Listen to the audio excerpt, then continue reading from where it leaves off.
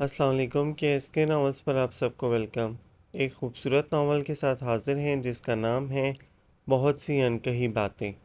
Novel के writer है राहत जबी। चलें नावल की जानिब बढ़ते हैं। ट्रैक्टर की चाबी उसने अकरम को थमाकर बाकी मांदा काम समझाया और दूसरे खेतों की तरफ निकल गया जहां गंदम की कटाई पूरे ज़ोर शोर से जारी थी। जहां सूरज की तपश में कमी आ गई थी वहीं गरीब मेहनत कुश के हाथों में थकन पसीने की तरह उतर आई थी। मगर फिर भी दरांती की ज़ोरदार जनबिश से गंदम की सुनहरी बालियां कट कट कर गिरने लगी। कभी यूं ही कोई मंचला ऊंचे स्वरों में कोई लोकगीत छेड़ देता तो बल्ले और शावा की आवाज़ों के साथ सबके हाथों में मस्ती उतर आती।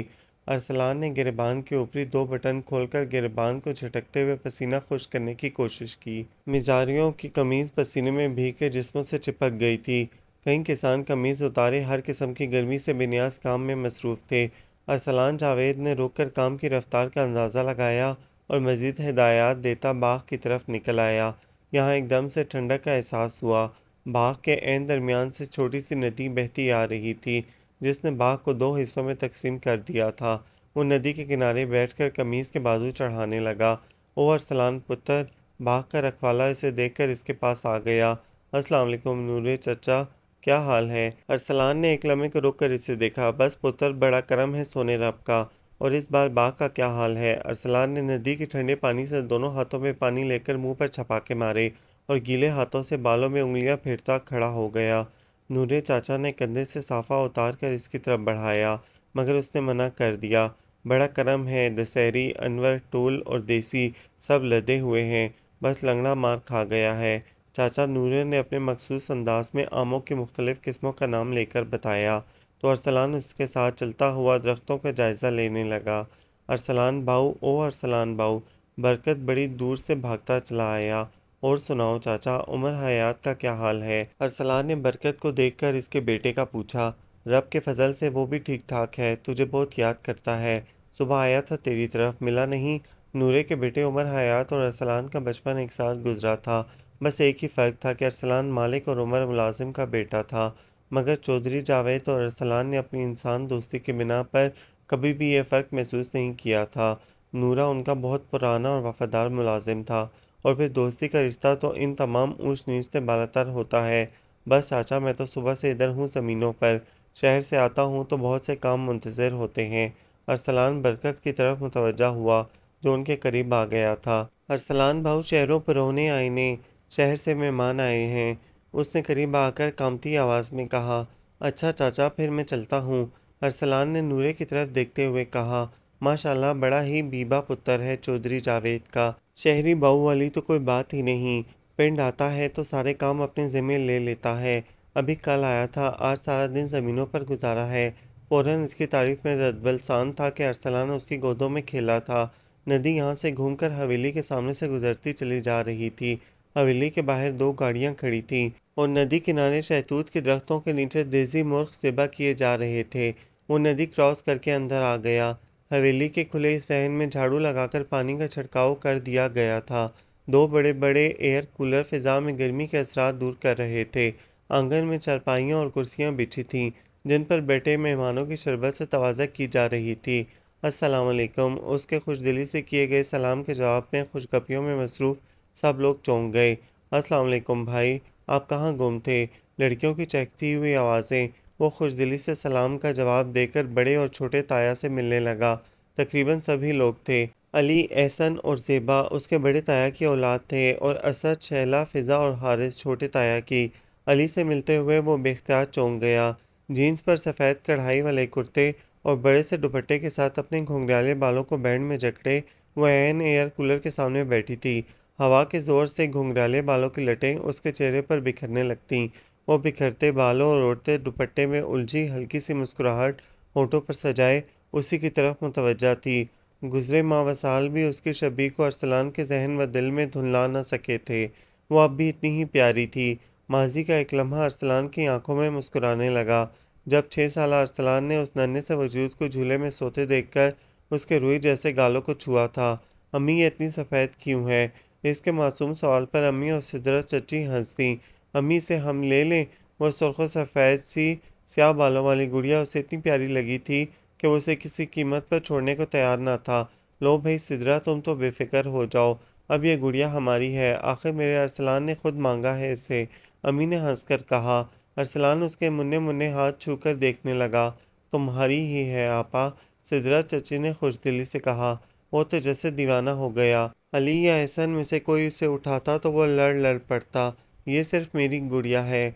और जब सिदरत चची की वफ़ात के बाद शुजात चचा ने अपने एक जापानी दोस्त के तावन से जापान में कंस्ट्रक्शन कंपनी कायम कर ली और हमेशा के लिए वहाँ शिफ्ट हो गए, तो वो सिसक सिसक कर रोता रहा। जाते वक्त सब उसे बुलाते रहे कि वो एक बार आकर मिल ले, मगर वो अपने कमरे का दरवाज़ा बंद करके रोता रहा। सबसे खफा हो गया कि इन सब ने उसे जाने क्यों दिया। अरसलान भाई कहाँ खो गए? फिज़ा की आवाज़ पर वो चौंक गया। पहचाना आपने? शैला ने इश्तियाक से पूछा। हाँ, पहचान लिया। अरसलान ने मुस्कुराते हुए भरपूर नज़र उस पर डाली, जिसकी सफ़ेद रंगत में गुलाबियाँ घुली थीं। उसकी आंखें इतनी रोशन थीं जैसे बहुत सी बिजलियाँ एक साथ कूदती हों। मखरूती उंगलियों वाले हाथ अब भी इतने ही खूबसूरत और नर्म और नाजुक थे कि छूने से मैले हो जाने का डर हो। नाखनों पर लगी गुलाबी क्यूटिक्स और नाजुक सी गोल्डन रिंग उन हाथों का हुस्न कुछ और बढ़ा रही थी। और माहम, आपने पहचाना? शैला ने मुस्कुराकर उससे पूछा। अरसलान, उसने निचला होंठ दांतों तले दबाकर बहुत मासूम से झिझकते हुए कहा, जैसे अपनी पहचान पर शुबा हो। न जाने क्यों अरसलान बुझ सा गया। बिल्कुल ठीक, ये हैं हमारे चौधरी अरसलान, अप्लाइड साइकोलॉजी में मास्टर्स के बाद खेतों में हल चलाते हैं। एहसन का लहजा चुभता हुआ था। वो चौंक गया। गो के एहसन अक्सर उसे चौधरी अरसलान कहकर मजाक किया करता था, मगर यूं तंज कभी नहीं किया था। यह हल का नहीं, जदीद मशीनरी का ज़माना है। अरसलान ने हंसते हुए उसका जुमला उड़ाया। आपको हैरत नहीं हुई माहम? एहसन ने माहम से पूछा। हैरत किस बात की? उसने बालों को पीछे करते हुए बहुत हैरत और मासूमियत से पूछा। सब हंस दिए। यार एहसन, ये जिस मुल्क से आई हैं वहाँ बड़े बड़े पीएचडी भी ऐसे कामों में कोई यार महसूस नहीं करते। हारिस ने हंसते हुए कहा। तो वह खिसियाना सा हो गया। अच्छा छोड़ो, तुम लोग बताओ, मैं अभी कल ही तो आया हूँ। तुम लोगों ने कल तो कोई जिक्र नहीं किया था आने का। अरसलान ने बात पलटी। कल? शैला ने नाराज़गी से उसकी तरफ देखा। घर से होकर आए थे। वो शर्मिंदा सा हो गया। वाकई वो कल सीधा अपने फ्लैट से गांव आ गया था। एक ही शहर में होते हुए कई कई दिन नहीं मिलते। होते कहाँ हैं आप आजकल? फिज़ा ने भी शिकायत की। बस गुड़िया, कुछ मसरूफियात ऐसी रहीं, मगर आइंदा ऐसा नहीं होगा। उसने प्यार से उसके बाल बिखेरे। ओके माहम, आप लोग एंजॉय करें, मैं ज़रा बात ले लूँ, इसने खड़े होते हुए कहा। तभी बीबी जान आ गई। आ गए तुम? याद आ गया कि घर भी आते हैं। ओ बीबी जान, काम भी तो करने होते हैं। उसने अपना मजबूत बाजू उनके कंधे के गिर्द फैलाया। हाँ, सारे काम तो जैसे तुम्हारे लिए ही रखे हैं। वो बदस्तूर खफा थी। ना खाने का होश ना पीने का। देखो तो इतना सा मुंह निकल आया है। माम हैरत से इस लंबे चौड़े भरपूर नौजवान का बीवी जान से लाड देख रही थी। ये बाकी सब से कितना मुख्तलिफ सा है। खिलती हुई गंदमी रंगत, घनी मूंछों तले मुस्कुराते लब, फोल्ड की हुई आस्तीनों से झांकते मजबूत बाजू, फराख पेशानी पर चमकता पसीना। वो वाकई इस धरती का बेटा नजर आ रहा था। क्यों भाई बरखुरदार, मैंने सुना है तुम कोई फैक्ट्री लगा रहे हो शहर में। बड़े ताया उसे फैक्ट्री की तफसीलात पूछने लगे, तो वो नहाने का इरादा फ़िलहाल मुलतवी करके इन्हें फैक्ट्री की तफसीलात बताने लगा। रात के खाने पर अरसलान की अम्मी ने खासा एहतमाम किया। बहुत से देहाती और शहरी लवाजमात से दस्तरखान सजा था। देसी घी में भुना मुर्ग, पुलाव, जर्दा, कीमा भरे करेले, साग और खीर। पहले मर्दाने में खाना भिजवाया गया, फिर बड़े से हॉल में कमरे में दस्तरखान बिछा। ताई जान, इतना कुछ? माहम ने हैरत से आंखें फैलाईं। अरे अपनी बेटी के लिए तो ये कुछ भी नहीं। इतने सालों के बाद तो आई हो। इन्होंने इसकी पेशानी पर प्यार करते हुए कहा। सारा दिन हमारे पास बैठी भी नहीं। माहम ने शिकवा किया। अब तो मेरी बेटी आ गई है ना यहाँ, बस बातें ही बातें होंगी। इन्होंने प्यार भरे लहजे में कहा तो वो सर हिलाकर मुस्कुरा दी। ताई जान, ये मुलाजमाएं हैं। माहम ने दो लड़कियों की तरफ इशारा किया जो सुबह से उनके साथ काम में लगी थीं और सारा दिन चुपके चुपके उसे देखकर मुस्कुराती और सरगोशियां करती रही थीं। और जब वो इन्हें पास बुलाती तो दुपट्टों में मुंह देकर हंसती हुई दूर भाग जाती। अरे नहीं, अपनी ही बच्चियां हैं। काम ज़्यादा हो तो मैं इन्हें बुला लेती हूँ। आ जाओ। रज़िया, कोसर। ताई जान ने बुलाया तो वो दोबारा दुपट्टों में मुंह छुपाते किचन में जा छुपी। ताई जान इन्हें वहीं खाना दे आईं। खाने के बाद जब सब लोग जाने को तैयार हुए तो बीबी जान, अरसलान, उसकी अम्मी और बाबा हैरान हो गए। टिक कर बैठ जाओ, कोई ज़रूरत नहीं इस वक्त जाने की। गजब खुदा का, ऐसे कौन से काम पड़े हैं तुम लोगों के? बीबी जान सख्त गुस्से में थी, मगर सबके पास अपने अपने जवाब थे। ऑफिस का मसला, स्कूल कॉलेज वगैरह वगैरह। ठीक है, माहम को यहीं छोड़ जाओ, बीबी जान ने फैसला सुनाया। कमाल करती हैं बीबी जान, भला माहम यहाँ कैसे रह सकेगी? इतनी गर्मी, मच्छर। एहसन ने मुंह बनाकर कहा। मेहमान खाने में एसी लगा है माहम बेटा, वहाँ ठहर जाना। अरसलान के अब्बू ने कहा तो वो तज़ब्ज़ब का शिकार हो गई। यहाँ आने से पहले जो कुछ एहसन वगैरह ने गांव के बारे में बताया था, उसके बिना पर यहाँ ठहरना वाकई मुश्किल लग रहा था। मगर यहाँ की महकती फ़िज़ा और सब लोगों का पुरखुलूस एहसास रोक भी रहा था। हम फिर आ जाएंगे बीबी जान। उसने प्यार से बीबी जान का चेहरा अपने हाथों में थामा। ठीक है ना बीबी जान, भला शहरों के लोग यहाँ गांव में कहाँ ठहर सकेंगे? अरसलान के लहजे में न जाने क्या था। वो चौंक कर उसकी तरफ देखने लगी। आप शायद नाराज़ हो गए हैं अरसलान भाई। उसके चेहरे पर मलकूती सी मुस्कुराहट आ ठहरी थी। अरे नहीं, मेरा मतलब है बीबी जान, माँ फिर आ जाएंगी। 3 मिनट की तो ड्राइव है, जब दिल चाहा आप मिल आइएगा। अरसलान ने अपने लहजे को नॉर्मल करते हुए कहा। लो माहम बेटे, ये तुम्हारे लिए है। अरसलान की अम्मी ने 2 खूबसूरत से सूट पीस उसे थमाए। ये किस लिए ताई जान? माहम ने हैरत से पूछा। पहली बार आई हो अपने धतियाल में? ज़रा सी देर में सब मिल मिलाकर रुखसत हुए तो एक बेनाम सी उदासी दरो दीवार पर छा गई। बीबी जान और अजरा बेगम कितनी देर उसकी बातें करती रहीं, तो ये लौट ही आई। अरसलान दोनों हाथों का तकिया बनाकर बिस्तर पर दराज हुआ, मगर यूं कि माजी की कोई छवि उसके जहन में नहीं। और मैंने हमेशा सिर्फ उसी का इंतज़ार किया, शायद इसलिए कि बीबी जान और अम्मी ने हमेशा उसे अपनी बातों में याद रखा। क्या बात है, नींद नहीं आ रही? अजरा बेगम ने उसके बालों में उंगलियां फेरकर प्यार से पूछा तो वो चौंक गया और उनके हाथ से दूध पत्ती का प्याला ले लिया। क्या सोच रहे थे? उन्होंने चारपाई पर बैठते हुए पूछा। कुछ भी तो नहीं, यूं ही बस फैक्ट्री के बारे में सोच रहा था। झूठ, उन्होंने कहा तो वह हंस दिया। यहाँ आकर वो बहुत खुश थी। सब लोग उसे भरपूर कंपनी देते। जो कभी उदास होने में लगती तो वो लोग अपनी पुरलुत्फ बातों से उसे हंसा हंसा देते। हंसी रहा करें ना आपी, आपकी हंसी बहुत खूबसूरत है, ज़ेबा उसका हाथ थाम कर कहती। अली भाई हर वक्त ऑफिस में मसरूफ़ रहते। एहसन अपनी जॉब के बावजूद उसके लिए वक्त निकाल लेता। शैला के साथ तो उसकी दोस्ती हो गई थी। उसके साथ वो पाकिस्तानी खाने बनाना सीख रही थी। असद इस्लामाबाद में जॉब करता था। कई महीनों बाद शक्ल दिखाता। फ़िज़ा आपी इंग्लिश में मास्टर्स कर रही थीं। उनकी बात उनके मामूज़ाद से तय थी, जो अमेरिका में एमएस कर रहे थे। हारिस बीए फाइनल ईयर और ज़ेबा थर्ड ईयर की स्टूडेंट थी। बड़ी सी कोठी के ऊपर वाले पोर्शन में बड़े ताया और नीचे छोटे ताया मुकीम थे। बड़ी ताई के पास बस एक ही मौजू था, शैला का रिश्ता। शैला चिढ़ जाती, बस अम्मी का बस नहीं चलता कि किसी भी राह चलते का हाथ पकड़े मुझे उसके साथ रुखसत कर दें। वो धड़धड़ाती नीचे आ जाती, जहाँ छोटी ताई को फ़िज़ा आपी के जहेज़ की फ़िक्र सवार रहती। लाउंज में हंगामा सा बपा था। हारिस खासे वॉल्यूम के साथ को इंग्लिश म्यूज़िक सुन रहा था। साथ ही वो और ज़ेबा सर जोड़े न जाने कौन कौन से सिंगर्स पर तबसरे कर रहे थे। फ़िज़ा आपी वहीं सोफ़े पर किताबें फैलाए नोट्स बनाने में मसरूफ़ थीं। शैला फ़ैशन मैगज़ीन से बाहर के नए फ़ैशन सेलेक्ट कर रही थी और माहम सोच रही थी, मैंने यहाँ आकर गलती तो नहीं की? यहाँ सब लोग मेरा कितना ख्याल रखते हैं। मगर पापा ने एक बार भी फ़ोन करके नहीं पूछा कि माहम तुम कैसी हो, तुम उदास तो नहीं रहती, मुझे याद करती हो कि नहीं? अस्सलाम वालेकुम की पुरजोश आवाज़ पर वो चौंक गई। अरसलान भाई, शैला और ज़ेबा सब छोड़ छाड़ उसकी तरफ भागी थीं। कितने बुरे हैं आप, पता है पूरे 2 हफ्ते बाद शक्ल दिखाई है। ज़ेबा की तो जान अटकी रहती थी उसमें। अरसलान भाई का नाम हर दम विरदे ज़ुबान रहता। जी मैं तो जैसे समंदर पार रहता हूँ। खुद नहीं आ सकती थी या फ़ोन करते हुए हाथ खींचते थे। अरसलान ने उसके बालों को झटका दिया तो वो चीख पड़ी। आप मिलते हैं फ़ोन पर? रोज़ बीबी जान और आंटी बात करती हैं, आपका पूछो तो फ़ौरन जवाब मिलता है। ज़मीनों पर गया है। शैला ने भी मुंह बनाकर कहा तो वह हंस दिया। आप सुनाएं माहम, कैसी हैं आप? अरसलान ने उसके सामने वाले सोफ़े पर बैठते हुए पूछा। हम बिल्कुल ठीक हैं। बीबी जान और ताई अम्मा कैसी हैं? माहम ने मुस्कुराकर पूछा। वो भी ठीक हैं, बहुत याद करती हैं आपको। अरसलान ने कहा तो वो शर्मिंदा हो गई। हर रोज़ बीवी फ़ोन करके उसे गांव आने का कहती, मगर हर बार एहसन और हारिस मिलकर कुछ ऐसा प्रोग्राम बनाते कि गांव जाने का प्रोग्राम अगले दिन पर डाल दिया जाता। और यूं पूरे 2 हफ्ते हो गए थे उसे। हम आएंगे किसी रोज़। वो बस ये लोग रोज़ कोई ना कोई प्रोग्राम सेट कर लेते थे।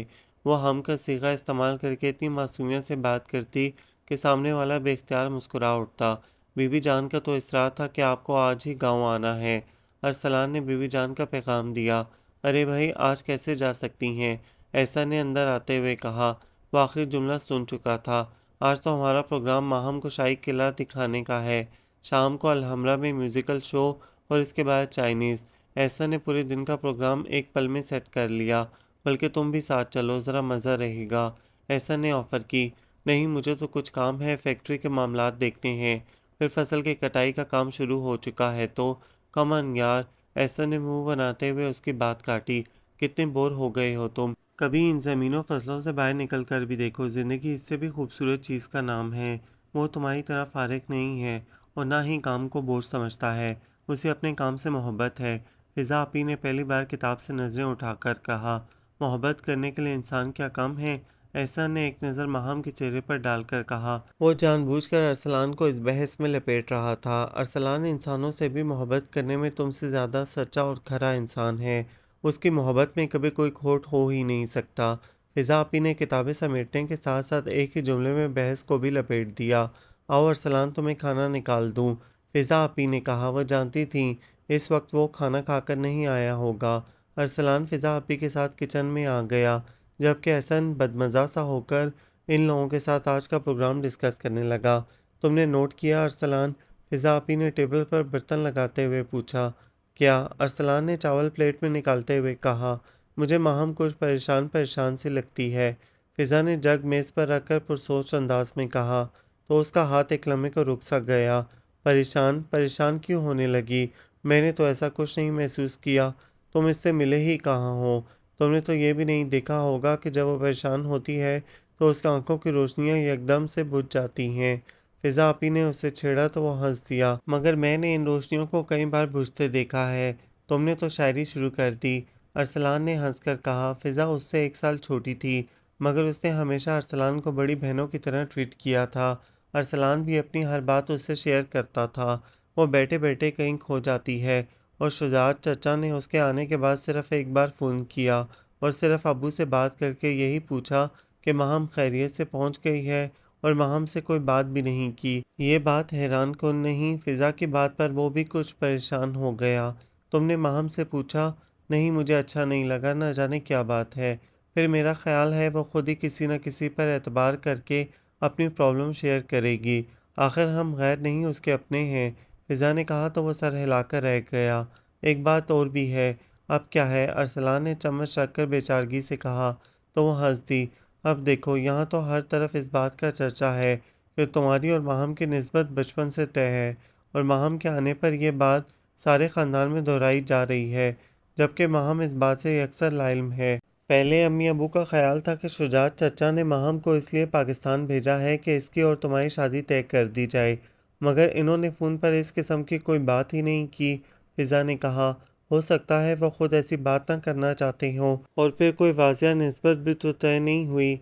बस अम्मी और सिद्रा चची के दरमियान एक बात हुई थी और बस। अरसलान ने ख्याल जाहिर किया। खैर, ऐसी भी कोई बात नहीं।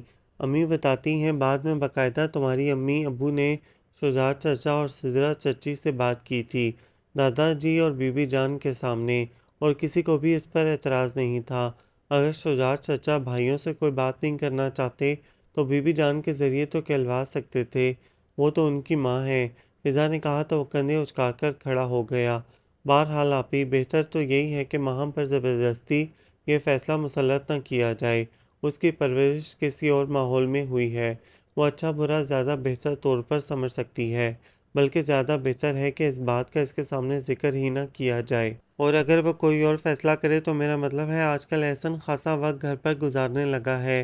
फिज़ा ने शोखी से कहा तो वो चुप सा हो गया। अगर वह ऐसा करती है तो भी कोई हर्ज तो नहीं? वो बड़े आराम से बोला। दिल से कह रहे हो? फिज़ा ने मुस्कुराते हुए पूछा। पता नहीं, ये कहकर वो फ़ौरन बाहर निकल गया। अरसलान भाई, रुक जाए ना, हम बस 1 घंटे में निकल रहे हैं पिकनिक के लिए, हारिस ने उसे देखते ही कहा। तो न जाने क्यों रुककर माहम को देखने लगा, जो दोनों पाँव समेट कर सोफे पर रखे बड़े रिलैक्स मूड में शैला से बातें कर रही थी। माहम, अरसलान के पुकारने पर उसने चौंक कर देखा था। शुजात चाचा का फ़ोन नहीं आया? उसने अचानक पूछा था, और उसी लम्हे माहम की उड़ती गिरती पलकों के नीचे कूदती बिजलियां घने बादलों में जा छुपी थीं। ये देखकर वो रुका नहीं, फौरन बाहर निकल गया था। वो शहर से सीधा ज़मीनों की तरफ आ गया था। बाग में आकर इसने स्प्रे के डब्बे चाचा नूरे के हवाले किए, साथ ही बाकी हिदायत भी दी। फिर खेतों की तरफ निकल गया, जहाँ गंदम की कटाई जोरों पर थी। उमर हयात निगरानी कर रहा था। क्या हाल है उमर, कितना काम रह गया है? अरसलान ने उसके पास जाकर आहिस्तगी से पूछा। सब ठीक ठाक है और बस चंद खेत रह गए हैं, उमर हयात ने गर्मजोशी से हाथ मिलाते हुए कहा। बल्कि मेरा ख्याल है खाली खेतों में ट्रैक्टर चला दिया जाए, कपास की बिजाई का वक्त भी करीब आ रहा है। उमर हयात ने कहा तो वो बस सर हिलाकर दूसरी तरफ देखने लगा, जहाँ बाबा चले आ रहे थे। क्या बात है, तुम्हारी तबीयत तो ठीक है? उमर हयात ने उसकी बेतवजही महसूस करके पूछा। हाँ ठीक है, अरसलान ने माथे से पसीना साफ किया। उमर, तुम्हारी मुलाजमत का क्या हुआ? अरसलान ने पूछा तो उसके चेहरे पर मलाल सा छा गया। मुलाजमतें हम जैसों को कहाँ मिलती हैं अरसलान साहब, बस यही काम ठीक है। अच्छा ऐसा करो, परसों मैं शहर जाऊंगा तो मेरे साथ चलना, अरसलान ने कहा। क्यों? उमर ने हैरत से पूछा। कोई काम है? हाँ, फैक्ट्री में काम शुरू हो गया है। मैं तो आजकल यहाँ मसरूफ़ हूँ, तो वहाँ देख लेना। यूँ तुम्हारी मुलाजमत का मसला भी हल हो जाएगा। मगर मुझे फैक्ट्री के मामलात का क्या पता? उमर ने परेशानी से अरसलान की तरफ देखा। मामलात का क्या है, सीख जाओगे रफ्ता रफ्ता। मेरा मैनेजर बड़ा भला आदमी है, तुम्हें सब सिखा देगा, अरसलान ने लापरवाही से कहा। शुक्रिया यार, मैं किस मुंह से तुम्हारा शुक्रिया अदा करूं? उमर हयात ने भराई हुई आवाज़ में कहा। अरसलान ने मुस्कुराकर उसका कंधा थपथपाया। तो वो मैं बाबा को बताता हूँ कहकर बाग की तरफ भाग गया। ये तुम यहाँ क्या कर रहे हो? चौधरी जावेद ने हैरत से धूप की तमाज़त से उसके सुर्ख होते चेहरे को देखा। बस बाबा, वो ऐसे ही इधर आ निकला था, उससे कोई बात ही न बन पाई। दिमाग खराब हो गया है तुम्हारा। चौधरी जावेद ने उसके माथे पर चमकता पसीना अपने हाथ से साफ किया। तुम्हारा बाप अब इतना भी बूढ़ा नहीं हुआ अरसलान बेटे, जाओ शाबाश घर जाओ। इन्होंने प्यार से उसका कंधा थपथपाया तो वो सर हिलाकर घर की तरफ चल दिया। अस्सलाम वालेकुम बीबी जान, वो थका थका से कमरे में दाखिल हुआ था। जीते रहो, बीबी जान ने उसके सर पर हाथ फेरा। बच्ची नहीं आई? उन्होंने बड़े इश्तियाक से माहम का पूछा था। जैसे उन्होंने कहा तो वो उसके साथ दौड़ी चली आएगी।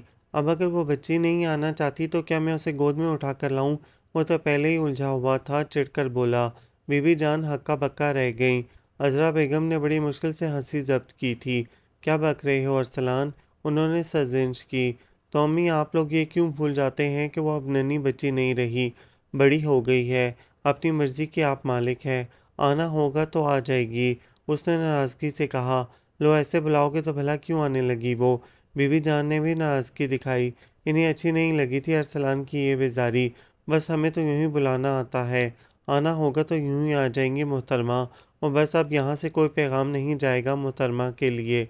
आप लोगों को मिलना हुआ तो वहाँ जाकर मिल आइएगा। वो कतई लहजे में कहता बाहर निकल गया। वो दोनों एक दूसरे का मुंह देखती रह गईं। सब लोग कॉलेज यूनिवर्सिटी के लिए निकले थे। ऑफिस जाने वाले ऑफिस गए थे। दोनों बड़ी ताई और छोटी ताई अम्मा किचन में मसरूफ़ थीं। वो तन्हा टीवी लॉन्च में खालिया ज़ैनी की कैफियत में टीवी पर भागती दौड़ती तस्वीरें देख रही थी। सोच का मोहरिक पापा की ज़ात थी। न जाने हम किसके भरोसे पर यहाँ आ गए, और पापा ने तो जैसे सुकून का सांस लिया। एक बार भी फ़ोन नहीं किया। बस इतनी ही अहमियत है हमारी पापा के नज़दीक। यूं भूल गए जैसे। हेलो माहम, एहसन की आवाज़ पर वो चौंक गई। एक तवील सांस लेकर खुद को रिलैक्स करने की कोशिश करने लगी। Are you all right? उसके चेहरे पर छाई उदासी की परछाइयों को एहसन ने भी महसूस किया था। ओह यस एहसन, हम बिल्कुल ठीक हैं, वो मुस्कुरा दी थी। माहम, तुम्हें यहाँ के लोग कैसे लगे? एहसन ने रिमोट कंट्रोल उठाकर उसकी तरफ देखे बगैर पूछा। बहुत अच्छे, बहुत पुरखुलूस। हमने तो सोचा भी न था कि यहाँ इतनी मोहब्बत मिलेगी। न जाने पापा यहाँ से क्यों चले गए? उसने वाकई दिल से कहा था। और अगर तुम्हें हमेशा यहीं रहना पड़े तो? एहसान की सवालिया नज़रें उसके चेहरे पर ठहर गईं। हम हमेशा यहीं रहने को आए हैं, इसने नज़रें चुराकर आहिस्तगी से कहा। वो न जाने क्या समझा कि खुशी से निहाल हो गया। उसने कोट की जेब में हाथ डालकर सुर्ख मखमली डबियाँ निकालकर उसकी तरफ बढ़ाई तो वह हैरान होकर उसे देखने लगी। माहम, अगर तुम्हें मेरा साथ कबूल हो तो प्लीज़ ये रख लो, एहसन ने कहा। प्लीज़ एहसन भाई, न जाने क्यों उसकी आवाज़ भीग सी गई। क्या हुआ माहम? प्लीज़ एहसन भाई, अभी शादी नहीं करना है। वो बहुत मुस्तरब से दोनों हाथ की उंगलियां चटखा रही थी। माहम क्या कोई और? एहसन का लहजा बुझ सा गया।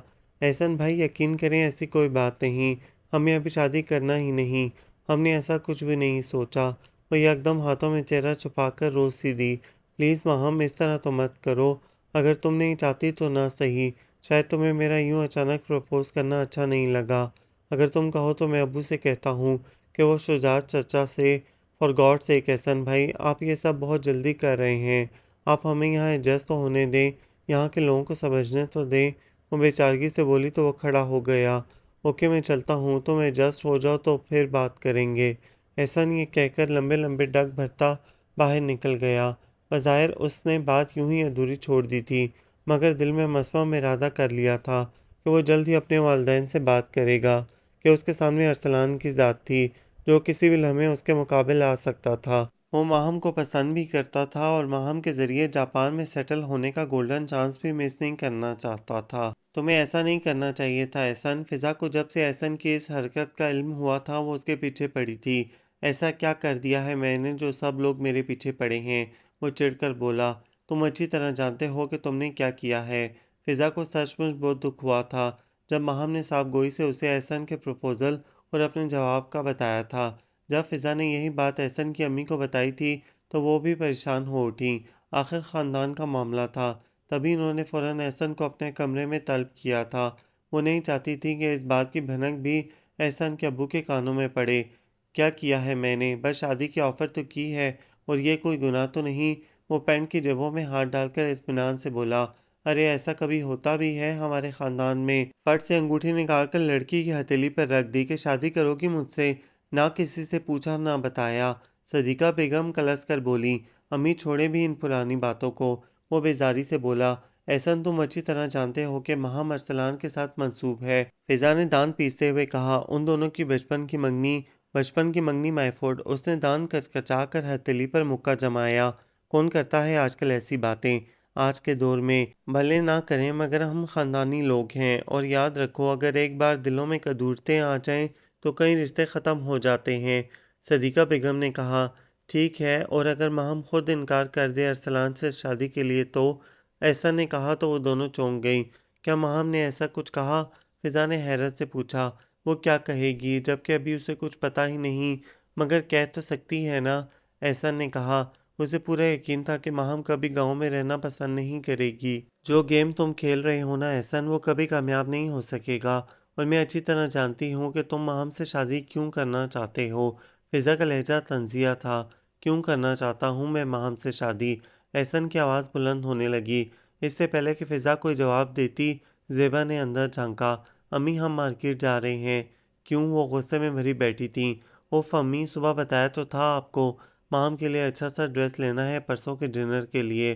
पैसे मैंने अब्बू से ले लिए हैं। उसने जल्दी जल्दी कहा कि बाहर हारिस चिल्ला रहा था। जा किसके साथ रही हो? फिजा ने पूछा। हारिस के साथ। आप चलेंगी? उसने पूछा तो फिजा ने नफ़ी में सर हिला दिया, तो वो बाय बाय करती भाग गई। तो बेहतर यही है एहसन, तुम माहम के फैसले का इंतज़ार कर लो। फिजा दोबारा उसकी तरफ मुतवज्जा हुई तो वह सर झटक कर बाहर निकल गया। मिस्टर बर्गर से बर्गर और आइसक्रीम खाने के बाद वो लोग ढेरों पैकेट्स उठाए गाड़ी तक आए। हारिस अरसलान भाई की तरफ चलना है। शैला को अचानक याद आया था, मगर वो तो गांव गए होंगे। हारिस ने कैसेट की साइड बदलते हुए कहा। मैंने सुबह फ़ोन किया था, वो शहर आ गए हैं और मेरा ख्याल है कि इस वक्त अपने कॉटेज में ही होंगे। शैला ने कहा तो वह सर हिलाकर गाड़ी को रिवर्स करने लगा। अरसलान भाई तुम सबसे बहुत मुख्तलिफ हैं। माहम ने भागती दौड़ती गाड़ियों पर नज़रें जमाते हुए राय दी। हाँ वो सब भाइयों से ज़्यादा अच्छे हैं। जेवा तो वैसे भी दीवानी थी उसकी, तभी खुश होकर तायद की। शैला कुछ कहते कहते रुक सी गई, फिर लब बींच कर मुस्कुराने लगी। माहम ने इस ढलती शाम के छोटे से सफ़र को बहुत एंजॉय किया। जब गाड़ी के खुले शीशे से तेज़ हवा उसके बालों से इटखेलियाँ करती तो लब खुद ब खुद मुस्कुराने लगते। ज़ेबा बार बार कैसेट बदलकर अपने पसंदीदा गाने सुन रही थी। कभी किसी गाने पर शैला को एतराज़ होता तो कोई हारिस को पसंद ना आता। ज़ेबा चिढ़कर उसे लड़ने लगती तो हारिस ऊंचे सुरों में कोई गीत गुनगुनाने लगता, तो वो दोनों तालियां पीटकर उसका साथ देने लगती। वो कभी इन्हें देखकर मुस्कुराती, कभी बाहर झांककर ढलती शाम की गुलाबियां अपने अंदर उतारने लगती। तभी गाड़ी मनी प्लांट्स की बेलों और कासनी फूलों से ढके खूबसूरत से कॉटेज के सामने ठहर गई। माहम ने सताइशी नज़रों से इस खूबसूरत कॉटेज को देखा। अरसलान भाई मौजूद हैं। पोर्च में उसकी गाड़ी देखकर शैला ने खुश होकर कहा। हारिस ने गाड़ी बाहर ही पार्क की। चौकीदार वगैरह कहीं नहीं था। माहम उनकी तकलीफ में अंदर आ गई। घर बहुत खूबसूरती और नफासत से डेकोरेट किया गया था। वो उसे घर के मुख्तलिफ हिस्से दिखाते बेडरूम में आ गए। हल्की सी आवाज़ के साथ दरवाज़ा खोलकर वो अंदर आ गए। नींद तारीक कमरे में हल्की हल्की ठंडक का एहसास हो रहा था। पंखे की हवा के साथ खिड़कियों पर लगे सफ़ेद हरीरी पर्दे हिल रहे थे। अरसलान बेड पर नींद दराज शायद पढ़ते पढ़ते सो गया था। सुरमई कुर्ते शलवार में वो बिल्कुल गाफिल पड़ा था। किताब फिसलकर बेड पर जा गिरी थी। अरसलान भाई, ज़ेबा ने पीछे से जाकर उसकी आंखों पर हाथ रखकर आहिस्तगी से पुकारा। इसने कसमसाकर ज़ेबा का हाथ पकड़ा तो वह हंसती हुई सामने आ गई। ओह तुम लोग! वो ढीले ढीले अंदाज में तकिया ठीक करने लगा। माहम को देखा तो उठ बैठा। कौन जाने कि अभी अभी यही एक ख्वाब मेरी आंखों में आन ठहरा था। ओह माहम, कैसी हैं? हम बिल्कुल ठीक हैं अरसलान भाई। वो मुस्कुरा दी थी। पिंक प्रिंटेड लॉन की शर्ट और प्लेन दुपट्टा शलवार में वो बहुत मसरूर सी नजर आ रही थी। उसका लिबास उसके मासूम से चेहरे को कुछ और गुलाबी कर रहा था। ये तुम लोगों ने अचानक ऐसे हल्ला बोल दिया? इसने किताब उठाकर बुक शेल्फ में रखी। खुद तो कभी आते ही नहीं, ज़ेबा ने हमेशा वाला शिकवा दोहराया। मेरा ख्याल है मैं 2 चक्कर तो लगा ही लेता हूँ।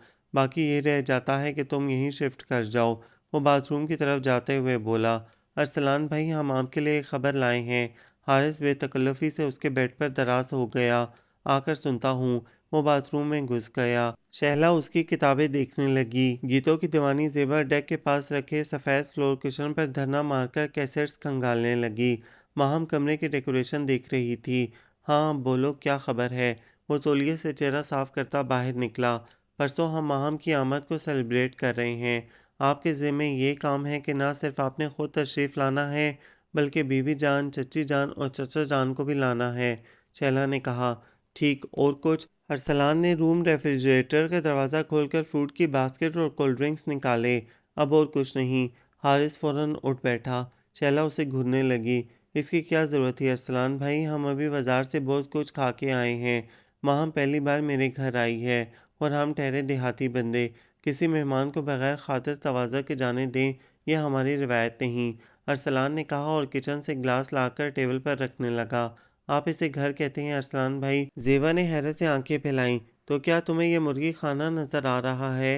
हारिस ने मुंह बनाया। अभी तो यह सिर्फ मकान है, घर तो तब बनेगा जब। वो न जाने क्या कहने जा रही थी। ज़ेबा, गुड़िया एक गिलास कम हो गया है, ज़रा भागकर किचन से पकड़ना। अरसलान के संजीदा से लहजे पर वो मुंह बनाती उठ गई। अरसलान ने सबको कोल्ड ड्रिंक्स पेश किए। वो काफ़ी देर ठहरे। यूं ही खुशगपियों में वक्त गुजरने का एहसास ही नहीं हुआ। माहम, आपको शायरी से लगाव है? जब वो लोग जाने को खड़े हुए तो अरसलान ने पूछा। अरे अरसलान भाई, आपको नहीं पता? माहम, आप ही ने उर्दू लिटरेचर में मास्टर्स किया है ना? हैरत की बात, जापान में उर्दू। ज़ेबा ने चहक कर कहा। आपकी मालूमात खासी नाकाफ़ी हैं ज़ेबा बीबी। अब जापान की यूनिवर्सिटीज़ में अलग से उर्दू का शोबा होता है। हारिस ने उसे चिढ़ाया। और पता है, माहम आपी ने हमें बहुत सी जापानी नज़में भी सुनाई थीं। ज़ेबा ने इठला कर कहा, गोया भैंस के आगे बीन बजाई थी। हारिस के कहने पर जहाँ ज़ेबा का मुंह बना, वहीं माहम खिलखिलाकर हंस दी, जैसे बहुत दूर पहाड़ों में अचानक कोई झरना गुनगुनाया हो। यकीनन आपको पसंद आएगी। अरसलान ने रैक से मोहसिन नकवी की अज़ाबे दीद निकालकर उसकी तरफ बढ़ाई। इसकी क्या ज़रूरत है? इनसे पूछें, जब ये लोग पहली बार यहाँ आए थे तो मैंने इन सबको गिफ्ट्स दिए थे। अरसलान ने दोनों हाथ सीने पर बांधते हुए कहा। यकीनन ये भी आपकी रिवायत होगी। माहम ने मुस्कुराते हुए किताब थामी। जब इसका चेहरा मुस्कुराता है तो इसकी आंखों की रोशनी कितनी बढ़ जाती है। वो इन्हें बाहर तक छोड़ने आया था। जब वापस आया तो उसके अजीब से एहसासात थे। उसने एक तवील सांस लेकर घर के दर दीवार को देखा। सारी फिजा महकी महकी सी थी और बाम और दर मुस्कुरा रहे थे। हाँ, अभी यहाँ कोई आया था। हवा की हंसी उसके कानों में गूंजी तो घनी मूंछों तले लब खुद ब खुद मुस्कुरा दिए थे। बीवी जान की घन गरज ऐसी थी कि सदीका बेगम के हाथ पांव फूल गए। सबसे पहले इन्होंने उठकर दरवाज़ा बंद किया था। जितना वो उनका गुस्सा ठंडा करने की कोशिश करती, इतना ज़्यादा गुस्सा उबल रहा था। और वो तो जानती थी कि बीवी जान के एहसासात माहम के बारे में कैसे हैं, इसीलिए बेटे को रोक रही थीं। हजरत चची अलग मुंह लटकाए बैठी थीं। भाभी, तुम ही समझाओ बीवी जान को। बच्चा था आखिर, कर बैठा ऐसी हरकत। ख्वाह बात बढ़ाने का क्या फ़ायदा? इन्होंने अज़रा को समझाना चाहा। तुम्हें तो पता है कि माहम हमारे लिए क्या है। उसकी मरती हुई माँ ने बार बार मेरा हाथ पकड़कर वादा लिया था कि मैं माहम को भटकने नहीं दूंगी, अपने अरसलान की दुल्हन बनाऊंगी।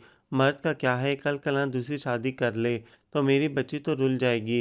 इन्होंने दुपट्टे से आंखें साफ की। मैं तो कलेजे से लगा कर रखती अगर शुजात भाई जिद ना करते माहम को साथ ले जाने की। अजरा बेगम ने दिल गिरफ्तार से लहजे में कहा, मुझे मालूम है भाभी, मेरे लिए तो जैसा एहसन वैसा अरसलान। मैंने तो कभी दोनों में कोई फ़र्क नहीं रखा।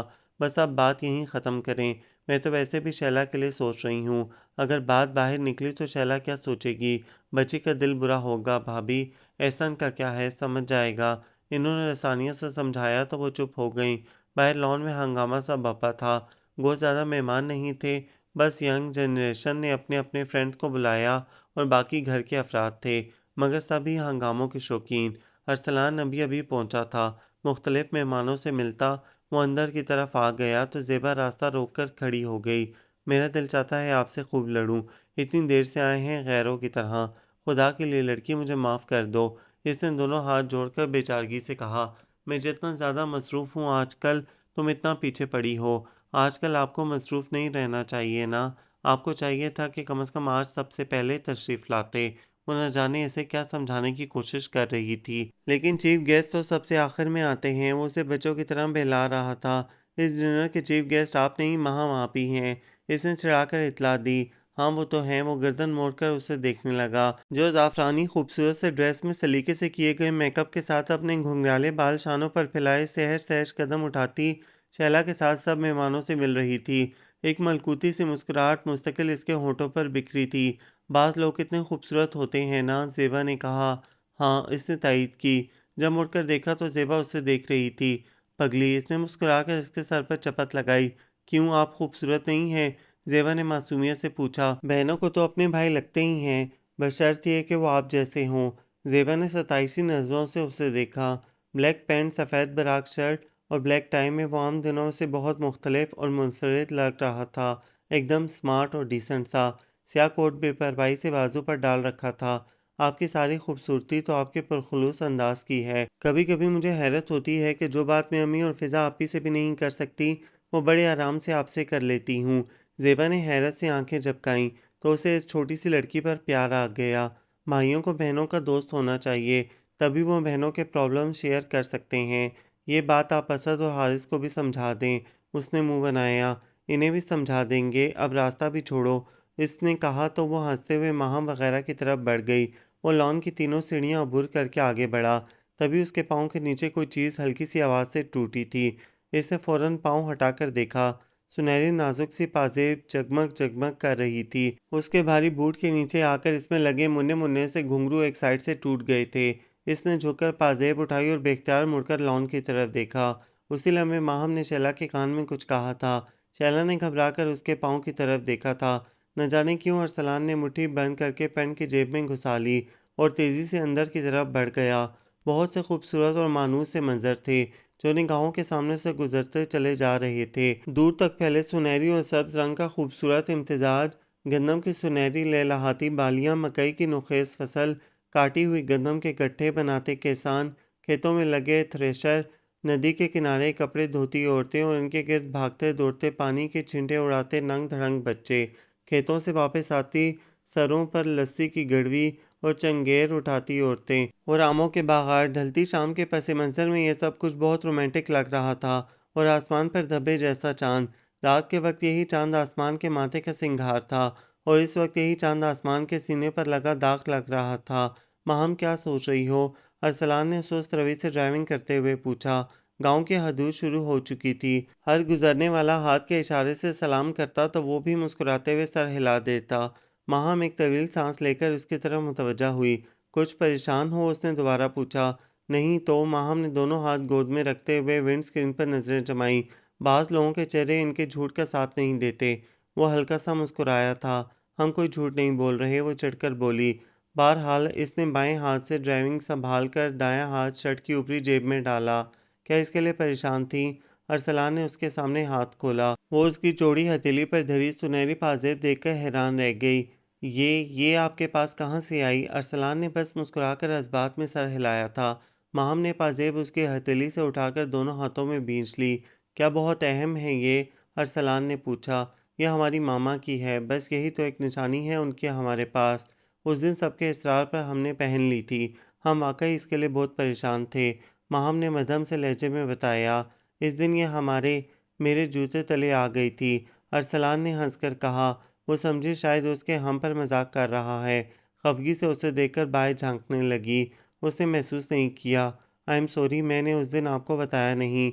आज इस ज्वेलर से ठीक करवा कर ला रहा हूँ। वो चुपचाप हाथ पे धरी पाजेब से खेलती रही। माम, आपको कभी भी कोई परेशानी को मुश्किल पेश आए तो हम में से किसी न किसी पर एतबार ज़रूर कीजिएगा। हम सब आपके अपने हैं। उसने गंभीर लहजे में आखिरी बात कही। माहम चौंक कर उसे देखने लगी। जेबा ने कहा था, माहम आप ही अब जब भी बेख्तियार होने लगे तो एक शख्स पर एतबार ज़रूर करना। इसकी आंखें बहुत सच्ची और बात खरी है, और इसकी बेरया मुस्कुराहट आपके सारे दुख समेट लेगी। अरसलान के लबों पर मध्यम से मुस्कुराहट आ ठहरी। वो घबराकर बाहर देखने लगी। जब वो हवेली में दाखिल हुए तो सब ने उसे यूं हाथों हाथ लिया जैसे वो बरसों बाद आई हो। हालांकि अभी परसों डिनर पर सब लोग इकट्ठे हुए थे। 2 काले बकरे पहले ही मंगवा लिए थे। ये किस लिए बीबी जान? बीबी जान ने उसे हाथ लगाने को कहा तो वह हैरान होकर पूछने लगी। तुम्हारे सदके के लिए हैं, उन्होंने बताया। वो इतनी मोहब्बतें पाकर निहाल हुई जा रही थी। पहले की तरह अब भी सहन में एयर कूलर चल रहे थे। सलोनी शाम में मिट्टी की सोंधी सोंधी महक दिलो दिमाग को सुकून बख्श रही थी। खुले आंगन के आखिरी कोने में बने तनूर से धुआं उठ रहा था, और बहुत दूर से आती चक्की की आवाज़ बहुत भली लग रही थी। लो भाई, आज हमारी बेटी को दूध की मीठी लस्सी पिलवाओ। कभी पी तो नहीं होगी? ताया जावेद ने पूछा तो उसने मुस्कुराकर नफ़ी में सर हिला दिया। हाँ जाओ भाई अजरा, हमारी बेटी के लिए मज़ेदार सी लस्सी मंगवाओ, ताया जावेद ने कहा तो वह छीनों को आवाज़ देने लगी। अरसलान उसे छोड़कर न जाने किधर चला गया था। वो घर का जायज़ा लेने लगी। ये 2 मंजिला खुले से सहन और खुले खुले कमरों वाला घर था, जिसे उर्फ फार्म में चौधरियों की हवेली कहा जाता था। अब इसमें थोड़ी तब्दीली करके गैराज भी बना लिया गया था। खुले से सहन के दूसरे कोने में अनार का दरख्त था, जिसके नीचे मुर्गी अपने नन्हे मुन्ने चूज़ों को लेकर घूम रही थी। वो दिलचस्पी से मुर्गी के बच्चों को देखने लगी। तभी छीनो शीशे के खूबसूरत जग में दूध की मीठी लस्सी ले आई। ताई जान ने छोटी मेज़ खींचकर दोनों चारपाइयों के दरमियान रखकर छीनो से ट्रे पकड़ ली। तभी अरसलान तौलिए से गीले बाल झटकता आ गया। शायद वो गुस्ल करने चला गया था। उसने पैंट शर्ट बदलकर बादामी कुर्ता शलवार पहन लिया था। ये तो वाकई बहुत मज़ेदार है, माहम ने ठंडी लस्सी का घूंट भरकर कहा। शहरों में शाम की चाय होती है, हमारे यहाँ दूध की लस्सी। अरसलान ने ताई जान के हाथ से गिलास पकड़ते हुए कहा, और साथ ही कुर्सी घसीटकर बैठ गया। जब तक माहम ने पहला गिलास खाली किया, वो 2 गिलास खाली करके खड़ा हो गया। अब्बू, मैं कुछ लोगों से मिल लाऊं, कहता हुआ बाहर निकल गया। ये छीनो है, यही रहती है हवेली में। पिछली बार जब तुम आई थी, ये साथ वाले गांव में अपने रिश्तेदारों से मिलने गई थी, ताई जान ने बताया तो माहम ने दिलचस्पी से उस शर्माई शर्माई से नौउम्र लड़की को देखा, जो बड़ी महारत से तनूर में रोटियां लगा रही थी, और साथ ही साथ चोर नज़रों से उसे भी देख लेती। ताई अम्मा, आपको यूं रोटियां पकानी आती हैं? माहम ने दिलचस्पी से तनूर में रोटियां लगने का अमल देखा। नहीं, मुझे नहीं आती। मेहमान ज़्यादा हो तो तनूर गर्म करते हैं। आज साथ वाले गांव से कुछ लोग आ रहे हैं, इन्होंने बताया। मगरिब के बाद दस्तरख्वान बिछ गया। ताई अम्मा ने आज भी बहुत एहतमाम किया था। ताया जान और अरसलान ने बाहर ही मेहमानों के साथ खाना खाया था। बाद में छीनो फुर्ती से सहन में चारपाइयाँ बिछाने और बिस्तर लगाने लगी। जब से अरसलान शहर से पानी वाले पंखे लाया है, बड़ा आराम है, बीवी जान इसे बता रही थीं। ताई अम्मा अभी तक दूध संभालने में लगी थीं, जो शाम के वक्त आया था। दोनों साइडों में एयर कूलर लगाए गए थे। अरसलान ने शाम को आते ही पानी वाली मोटर से पाइप लगाकर पंखों में पानी भर दिया था। वो अरसलान के दूसरे कज़न से मुकाबला करने लगी। जहां अरसलान की खिलती हुई गंदमी रंगत, मजबूत जिस्म, बड़ी बड़ी रोशन आंखें और मुस्कुराते लब इसकी ज़ाहिरी शख्सियत को जाज़बियत अता करते थे, वहीं उसके लहजे का खरापन, स्याह आंखों में तैरती शरीर से चमक और पुरखुलूस सी मुस्कुराहट उसे दूसरों में नुमायां और हर काम खुद करने का जज्बा दूसरों से मुनफरिद बनाता था। तभी ताई जान सबके लिए ठंडे दूध के गिलास ले आईं। एक तरफ ताया जान और अरसलान के बिस्तर थे, दूसरी तरफ बीबी जान, ताई अम्मा, माहम और छीनों का। माहम को खुले आसमान तले सोना बहुत अजीब भी लग रहा था, और बहुत अच्छा भी। आसमान पर रात ने अपना सितारों भरा आंचल फैला दिया था, और चीत का पूरा चांद उन सितारों के दरमियान जिगर जिगर कर रहा था। ताई अम्मा, हमारी मामा कैसी थीं? तसव्वुर की सरजमीन पर बहुत धुंधली तस्वीरें थीं। वो इन तस्वीरों को ताज़ा करना चाहती थी। ताई अम्मा मामा के बारे में बताने लगीं। उनकी शक्लो सूरत, उनकी आदत, उनकी बातें। वो मबहूत सी टिमटिमाते सितारों पर नज़र जमाए सुनती रही। और जब मामा फौत हुई थी, उस वक्त रात थी, बहुत काली रात। माहम की आवाज़ सरगोशी में बदल गई थी। हाँ, हमने बहुत कोशिश की थी, मगर हम अभी डॉक्टर को बुला भी ना पाए थे कि वो। अज़रा बेगम के जहन में वो मंज़र ताज़ा हो गया। इस वक्त बारिश हो रही थी और लाइट चली गई थी और हम कमरे में बिल्कुल अकेले थे। माहम की आवाज़ कँपकँपा गई थी। माहम बेटी, अज़रा बेगम ने हाथ बढ़ाकर इसके बालों में उंगलियां फेरनी शुरू कर दीं। आपको पता है ताई अम्मा, हमें अब भी डर लगता है जब बारिश हो रही हो और रात का वक्त हो। उसने ताई अम्मा के हाथ पर अपना हाथ रखकर कहा। चांदनी में भीगा उसका वजूद होले होले कांप रहा था। ताई अम्मा का हाथ उसके सर पर ठहर गया। सुबह इसकी आंख झटपटे के आलम में खुली थी। उसने करवट बदल कर देखा। सब लोग उठ गए थे। झीनो आंगन में होले होले झाड़ू दे रही थी। बीबी जी, बाहर बहुत जोर से गेट बजाया गया था। आई चाचा। चीनो झाड़ू छोड़कर गेट की तरफ चली गई। थोड़ी देर बाद दूध से लबालब भरी बाल्टियां दो दो करके ले आई। चारों बाल्टियां उसने ढांपकर साइड पर बने चूल्हे के पास रख दी। झीनो, दूध आ गया है? ताई अम्मा ने बाहर आकर पूछा। जी बीबी। झीनो ने दोबारा झाड़ू संभाल ली थी। दो बाल्टियों का दूध ऊपर रख दे, मैं नाश्ता बना लूं, उन्होंने कहा। झीनो ने चूल्हे में एक तरतीब से आपले रखकर सुलगाए, फिर बड़ी सी गाड़नियों में दूध डालकर ऊपर रख दिया, जहाँ धीमी धीमी आंच पर दूध पकता था। अस्सलाम वालेकुम ताई अम्मा। अचानक उसके मुंह से निकला तो वो खुद भी हैरान रह गई। बहुत पहले जब वो यहाँ रहती थी तो बीबी जान ने इसे सिखाया था कि सुबह उठकर बड़ों को सलाम करते हैं। आज बरसों पहले का सिखाया गया सबक अचानक इसे याद आया था। ताई अम्मा जवाब देकर किचन में आने लगीं। फिर पलटकर उसकी तरफ देखा कि उसे बाथरूम का रास्ता बता दें, मगर इसे बाथरूम की तरफ जाता देखकर इन्हें खुशगवार सी हैरत हुई, गोया वो कुछ भी भूली ना थी। बाथरूम से निकलकर वो सीधा किचन में आ गई, जहाँ खस्ता खस्ता पराठों की खुशबू फैली थी। अरसलान वहीं बैठा नाश्ता कर रहा था। वो भी बेतकल्लुफ़ी से चौकी खींचकर वहीं बैठ गई। माहम, चलो कमरे में, मैं भिजवाती हूँ नाश्ता। चीनो डबल रोटी लेने गई है, ताई अम्मा ने कहा। अम्मी, इसे कोई पराठा वराठा खिलाएं, इतनी नाजुक सी है, लगता है वहाँ जापान में तो कुछ खाती ही नहीं थी। अरसलान ने नाश्ता ख़त्म करके चाय का कप उठाते हुए कहा। जी ऐसी भी कोई बात नहीं, ताई अम्मा हमें पराठा ही दे दें। लो, ये तो मजाक कर रहा है, बस आती ही होगी चीनो। ताई अम्मा ने खफगी से अरसलान को घूरा। नहीं ताई अम्मा, हमारा खुद भी दिल चाह रहा है पराठा खाने को। हम तो ठहरे देहाती बंदे, चौकी पर बैठकर खाना हमारी मजबूरी ठहरी। आदत जो है, कम से कम आप तो टेबल तक चलें। वो चाय ख़त्म करके खड़ा हो गया। आप तंज कर रहे हैं अरसलान भाई। माहम ने संजीदगी से सर उठाकर उस ऊंचे लंबे शख्स की स्याह आंखों में तैरती शरीर सी चमक को देखा, तो वो मुस्कुराकर नफ़ी में सर हिलाता बाहर निकलने लगा। भाजी, ये लें डबल रोटी, अब ये तुम खा लो। वो चीनों के सर पर चपत लगाकर बाहर निकल गया। माहम चुपचाप ऑमलेट के साथ पराठा ख़त्म करने लगी।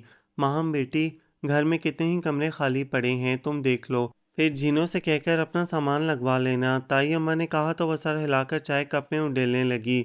हमारे यहाँ तो सब लस्सी पीते हैं, बस अरसलान को ही आदत है चाय की, ताई ने हंसकर कहा। मुझे तो जी चाय बड़ी अच्छी लगती है, झीनों ने खुश होकर इसे बताया। नाश्ते के बाद वो झीनों के साथ सारा घर घूमने लगी। इसकी कैफियत बहुत अजीब सी थी। उसे यूं लग रहा था कि ये सब कुछ उसने ख्वाब में देखा है। अपनी तमाम तर जज्जियात के साथ वो सीढ़ियाँ चढ़कर ऊपर आ गई। तभी एक कमरे के सामने रुक सी गई। उसने दरवाजे पर हल्का सा दबाव डाला तो वो खुलता चला गया। कमरे में दो बड़े बड़े पायों वाले पलंग पड़े थे। बाकी कमरा खाली था और गर्द आलूद हो रहा था। यहाँ तो जी कोई आता जाता ही नहीं, नीचे ही काफ़ी कमरे हैं, चीनो बोली। माहम ने आगे बढ़कर मगरिब की तरफ खुलने वाली खिड़की खोल दी। बहुत दूर तक फैला खेतों और बाहों का सिलसिला सामने था। चीनो उसे न जाने कौन कौन सी तफसीलात सुना रही थी। माहम बेटे, अब घर आ जाओ, बहुत शाम हो गई है। खिड़की से मामा इसे बुला रही थीं। 4 साला माहम ने सरसों के पीले फूल चुनते चुनते सर उठाकर खिड़की की तरफ देखा। बाजी जी, आपको याद है जब आप यहाँ रहती थीं? चीनो ने इसे बगैर पलके झपकाए बहुत दूर आसमान के वसतों को खोजते देखा। चीनो, हमारे लिए यही कमरा साफ कर दो, हम यहीं ठहरेंगे। न जाने कहाँ से एक आंसू उसकी पलकों में आन टिका था। पर जी यहाँ सबसे अलग। चीनो ने हैरत से इसे देखा। अल्लाह मियाँ जी, हमें भी एक भाई दे दो। वो अपने मुन्ने मुन्ने हाथ फैलाए दुआ मांग रही थी। हमें क्या मालूम था मामा कि भाई इस दुनिया में आएगा तो आपको भी अपने साथ ले जाएगा। मैं कभी भी ऐसी दुआ न करती। वो खिड़की पे माथा टिकाकर रो दी। चीनो बटर बटर इसका मुंह तक रही थी। शाम को सब हस्बे मामूल अपने अपने कामों में मसरूफ थे। वो बोर होती कभी अनार के पौधे पर लगे अनारों को गिनने लगती, तो कभी इसके नीचे कटकटाती मुर्गी के बच्चों को, कभी यूं ही पाँव से जमीन पर लकीरें खींचने लगती। दिल नहीं लग रहा। ताई जान ने उसके बेजार से चेहरे पर नजर डालकर पूछा तो उसने मुंह बनाकर जज्बात में सर हिला दिया। आप हमें कुछ करने ही तो नहीं देती। लाएं ये चावल हम चुन दें। इसने उनके हाथ से चावलों भरा थाल लेने की कोशिश की। लो रहने दो भला, मैं तुमसे काम करवाऊंगी। उन्होंने इसका हाथ पीछे कर दिया तो वो मुंह बसूरने लगी। ए माहम पुत्र, शुजात का फोन नहीं आया? बीबी जान ने अंदर आते हुए पूछा तो वो चुप सी हो गई। अब उनका फोन नहीं आएगा, उसने थके थके लहजे में कहा। शायद खुद से लड़ते लड़ते थक गई थी। क्यों भला? ताई अम्मा ने हैरत से उसे देखा। इसलिए कि उन्होंने दूसरी शादी कर ली है। वो नजरें चुराकर अचानक बोली। सब हक्का बक्का रह गए। इसीलिए हमने यहाँ आने का फैसला किया था। पापा हमें इग्नोर करने लगे थे। हमने यहाँ आने की बात की तो खफा होने लगे। हमारा वहाँ दम घुटने लगा था बीबी जान। वो दोनों हाथों में चेहरा छुपाकर सिसकने लगी। तुमने बहुत अच्छा किया माहम पुत्र, हम हैं ना तुम्हारे अपने। बीबी जान ने इसे बाहों में समेट लिया तो वो खुद को संभालने लगी। हम बहुत हर्ट हुए थे, मगर हमने इस हकीकत को कबूल कर लिया है। आखिर पापा कब तक अपनी तन्हाइयों से लड़ते रहते। इन्हें एक अच्छी साथी की ज़रूरत थी और हम इनके रास्ते की दीवार नहीं बनना चाहते थे। इसलिए यहाँ आ गए। माहम ने उठते हुए कहा। झीनो जाओ, बाजी को छत पर ले जाओ, इसका दिल बहल जाएगा। ताई अम्मा ने झीनो को पुकार कर कहा तो वो भागती हुई आई। चलें बाजी, ऊपर से सारा गांव नजर आता है। झीनो ने इसका हाथ थामा तो वह उसके साथ ऊपर आ गई। छत के इर्द गिर्द छोटी सी दीवार खड़ी की गई थी। यहाँ से सारा गांव नजर आता था। हर घर से उठता धुआं, चक्की की कूकू और परिंदों की उड़ानें शाम की उदासी को कुछ और बढ़ा रही थीं। गांव की शामें कितनी उदास होती हैं ना? उसने झीनों से पूछा था। पता नहीं जी, वो अपने परांदे से खिलती बेपरवाही से बोली।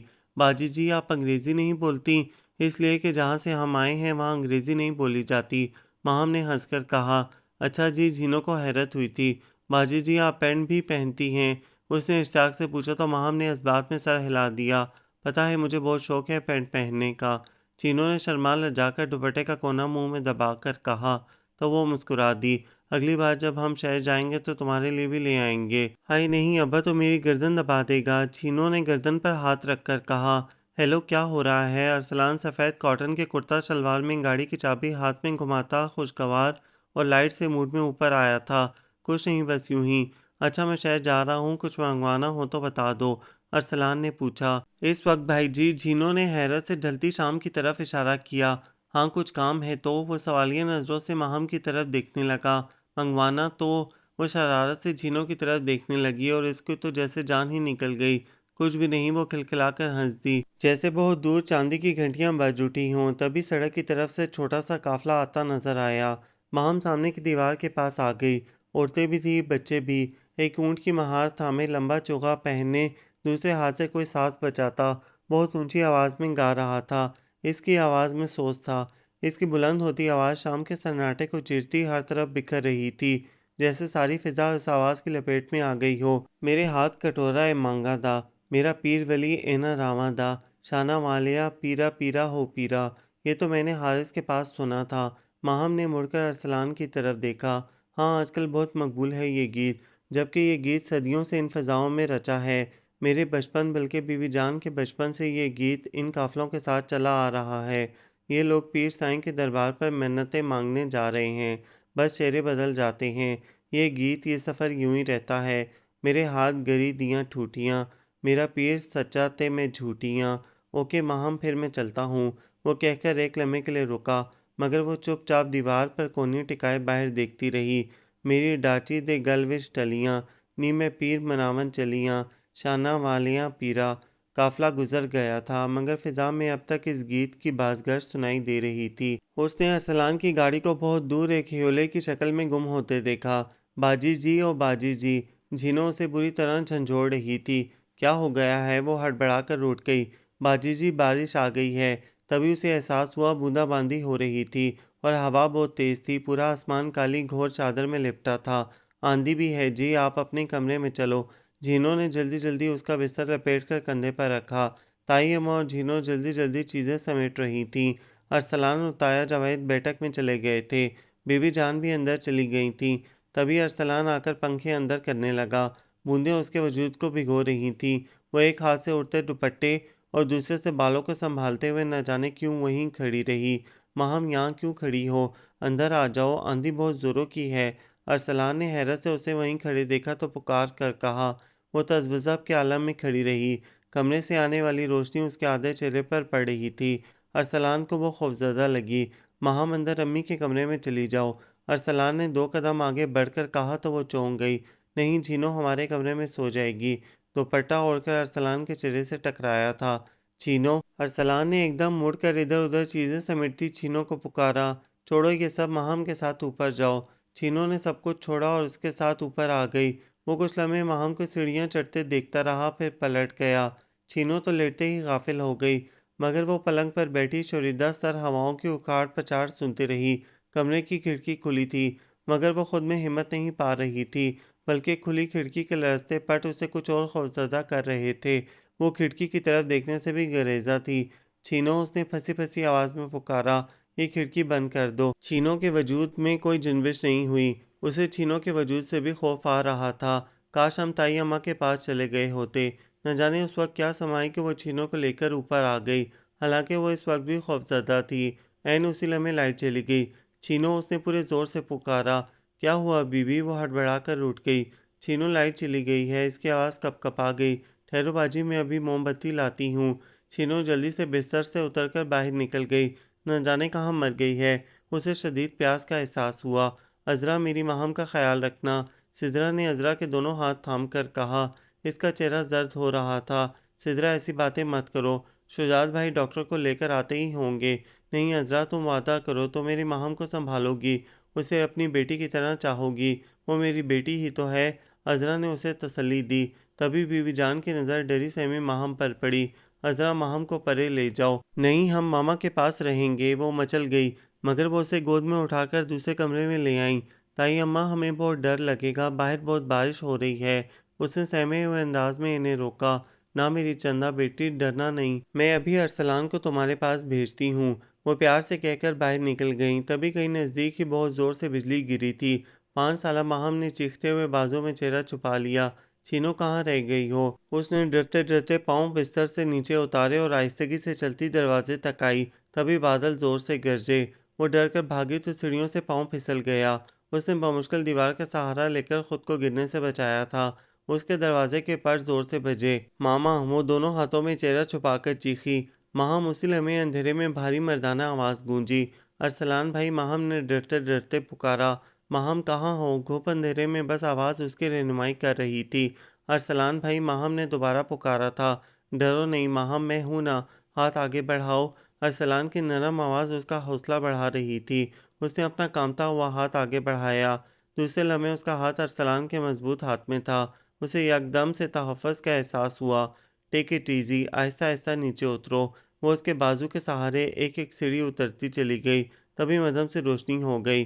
क्या हुआ? ताई अम्मा हाथ में लालटेन पकड़े खड़ी थीं। उनके पीछे छीनो भी थी। माहम ताई अम्मा से लिपटकर बुरी तरह रो दी। अरसलान ने तवील सांस लेकर लालटेन उनके हाथ से ले ली। वो उसे साथ लगाए लगाए तसल्लियाँ देती अपने कमरे तक ले गईं।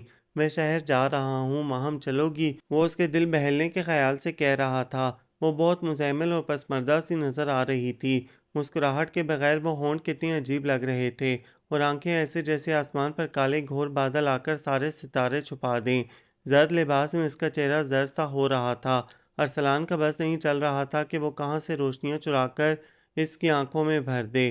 काश वो अब भी वही माहम होती, जो ज़रा उदास होती थी तो वो उसे पूरे गांव की सैर करवाता, उसे अपने सारे खिलौने दे देता, खुद से घड़कर कहानियाँ सुनाता। मगर अब ना तो उसके पास खिलौने थे और ना वो छोटी बच्ची थी कि कहानियों से बहल जाती।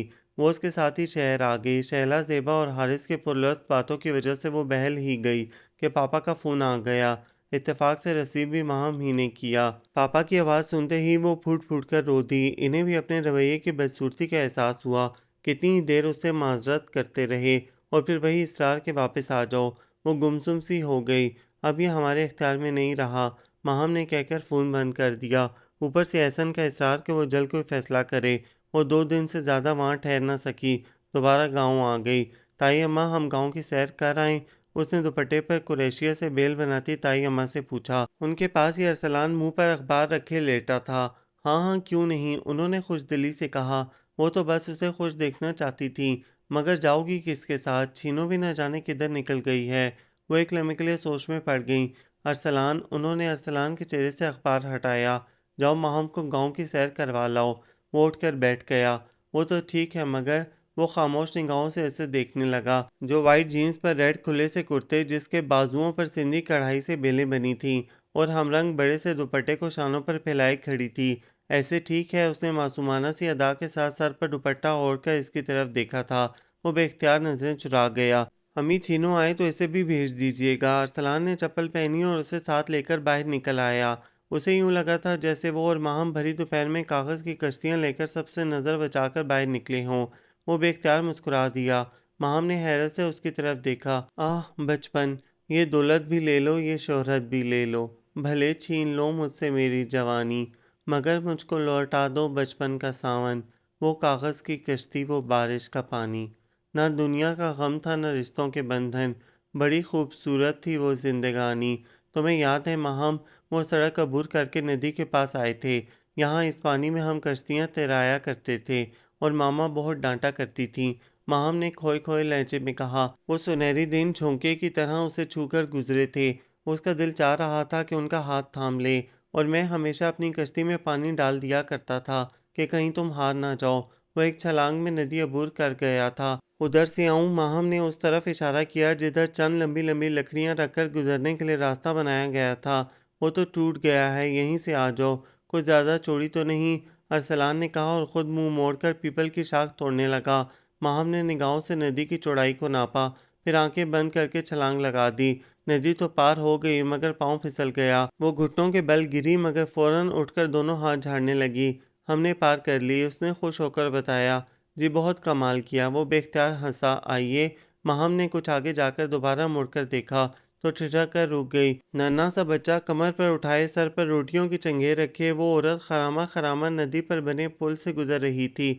माहम ने पाँव पटककर गुस्से से उसे घूरा। वो ज़ेरे लब मुस्कुराता हुआ भट्टी पे मकई के दाने भूनती औरत के पास जाकर पंजों के पल बैठ गया। अस्सलाम वालेकुम। औरत की गिर्द 3-4 बच्चे कमीज के दामनों में दाने भरे अपनी अपनी बारी के मुंतजिर थे। माहम को देखकर शर्माने और सरगोशियां करने लगे। माहम ने मुस्कुराकर एक बच्चे को हाथ हिलाया तो वो दाने छोड़ छाड़ भाग गया। भट्टी में आग जल रही थी। बूढ़ी औरत ने मुट्ठी भर मकई इसमें डाली। इसकी झुर्रियों ज़दा हाथ में पकड़ी दरांती बड़ी तेजी से दानों को उलट पुलट रही थी। मकई के दाने टटक रहे थे। अरे मेरा पुत्र! बूढ़ी औरत सब छोड़ छाड़ उनकी तरफ पलटी और दोनों हाथ अरसलान के सर पर फेरकर लंबी उम्र की दुआ देने लगी। एक कौन है पुत्र? ये कौन है? उसने आंखों पर हाथ मारकर माहम को सर से पैर तक देखा। चाचे की बेटी है अम्मा, विलायत वाले चाचे की। अम्मा शायद ऊंचा सुनती थी। तभी अरसलान उसके कान में बड़े जोर से बोला था। अच्छा अच्छा, माशाल्लाह, रच के सोनी है। अम्मा ने आगे बढ़कर उसके सर पर भी हाथ फेरा। माम हैरान थी कि न जान न पहचान, फिर भी वही खलूस वही दुआ उसके हिस्से में आई थी। अच्छा अम्मा, हम चलते हैं, अरसलान ने ऊंची आवाज़ में कहा। ले पुत्र, दाने ते खा जा, अम्मा ने कहा तो अरसलान ने हंसते हुए उसके चंगेर में से गरम गरम दानों की मुट्ठी भर ली और फिर सलाम करके आगे आ गया। अम्मा की दरांती कढ़ाई में दोबारा चलने लगी थी। लो, उसने दाने माहम की तरफ बढ़ाए। मुझे नहीं खाने। माहम को शायद नदी वाली बात याद आ गई थी, तभी मुंह फुलाकर बोली तो वो हंस दिया। आई एम सॉरी, लो ना, भट्टी के दाने बहुत मीठे और मज़े के होते हैं। अरसलान ने आधी मुट्ठी उसके हाथ में खाली की। दाने गर्म थे, वो दोनों हाथों में उलट पुलट करने लगी। वो मज़े से खाए जा रहा था। आपको गर्म नहीं लग रहे? माहम ने हैरत से पूछा। मोहतरमा, ये एक मेहनत कुश के हाथ हैं, हर सर्दी गर्मी सहने वाले। माहम ने एक नज़र अपने सामने फैली चौड़ी हथेली को देखा। आप खुद ट्रैक्टर क्यों चलाते हैं? माहम ने पूछा। आप खुद को हम क्यों कहती हैं? सवाल गंदम, जवाब चन्ना। आपको क्या है? माहम ने तप कर कहा। नहीं, हमें तो कुछ नहीं, उसने मुस्कुरा कर कहा। और जहाँ तक ताल्लुक़ है मेरे ट्रैक्टर चलाने का, तो मेरे दादा जान हमेशा फरमाया करते थे कि जिस किसान का पसीना उसकी ज़मीनों पर नहीं गिरता तो वह ज़मीनें बंजर होने लगती हैं। आए, मैं आपको एक चीज़ दिखाऊं। दूर से ढोल बजने की आवाज़ आ रही थी। मकानों की एक कतार अबूर करके वो दूसरी तरफ आए। यहाँ से खेतों का मंजर साफ नज़र आ रहा था। ढोल पूरे ज़ोर से बज रहे थे। बहुत से लोग भंगड़ा भी डाल रहे थे। ये क्या हो रहा है? माहम ने हैरत और दिलचस्पी से इस हंगामे को देखा। ये दो किसानों के दरमियान फसल की कटाई का मुकाबला हो रहा है। वो कुछ देर वहीं खड़े देखते रहे। कटाई आखिरी मरहले तक जा पहुंची थी। जीतने वाले के हाथों में तेजी उतर आई थी। अजीब दिलचस्प हंगामा था। आए आपको अपना बाग दिखाऊं। बाग तक जाते जाते उसने गांव की और भी बहुत सी चीजें दिखाई थीं। गांव की मस्जिद, गांव का कुआं। ज्यादातर मर्द खेतों में जा चुके थे, जबकि औरतें तनदेही से घर के काम निपटा रही थीं। रास्ते में आती जाती बहुत सी औरतें, कोई कंधे पर चादर उठाए, कोई आपले थापती, हैरत और दिलचस्पी से उनकी तरफ देखती। बुजुर्ग खवातीन आगे बढ़कर अरसलान के सर पर हाथ रखती और माहम का सर तपा जायजा भी लेती। ये लड़कियां आपको देखकर दांतों में दुपट्टा क्यों दबा लेती हैं? माहम ने अचानक उससे पूछा। जवाबन चेहरे पे डर आने वाली मुस्कुराहट छुपाने के लिए अरसलान ने बेख्तियार मुंह दूसरी तरफ फेर लिया था। लीजिए जनाब, ये है हमारा बाग। बाग से उठती कच्चे आमों की महकार ने उन्हें खुशामदीद कहा। मौसम बहुत खुशगवार था। रावी की तरफ से आती भीगी हवा में तेजी आती तो कच्चे आमों की महक कुछ और बढ़ जाती। माहम थके थके अंदाज में एक दरख्त से टिक लगाकर खड़ी हो गई। भूख लगी है? अरसलान ने मुस्कुराकर पूछा तो उसने इस बात में सर हिला दिया। अच्छा, एक मिनट ठहरो। वो ये कहकर नदी फलांग कर दूसरी तरफ चला गया। तरबूज की बेलें फैली थीं। उसने ठोंक बजाकर चंद तरबूजों को देखा, फिर एक तरबूज तोड़ लिया और इसी अवस्था में वो जूता उतारकर जीन्स के पैंचे टखनों तक चढ़ाकर नदी में पाँव डालकर बैठ गई थी। नदी का ठंडा पानी गुदगुदी करता रवां दवा था। इसमें मेंढक भी होते हैं, उसने आते ही कहा। माहम ने झट पाँव बाहर निकाल लिए, जबकि वो बड़े मज़े से पैंट के पैंचे चढ़ाकर उसके सामने पानी में पाँव डालकर बैठ गया था। माहम ने मशकूक सी नज़रों से पहले उसे और फिर नदी के साफ व शफाफ पानी को देखा। उसकी सियाह आंखों में शरारत तैर रही थी, मगर वह दोबारा पानी में पाँव डालने की हिम्मत न कर पाई थी। खजल सी होकर इधर उधर देखने लगी। अरसलान ने तरबूज पानी में ठंडा होने को रख दिया था। कितनी देर वो इससे इधर उधर की बातें करता रहा। तरबूज पानी में तैरता आगे बढ़ने लगता तो वो दोबारा उसे अपने सामने कर लेता। ये आप हमें कभी तुम और कभी आप क्यों कहते हैं? माहम ने पूछा तो वो चुप सा हो गया।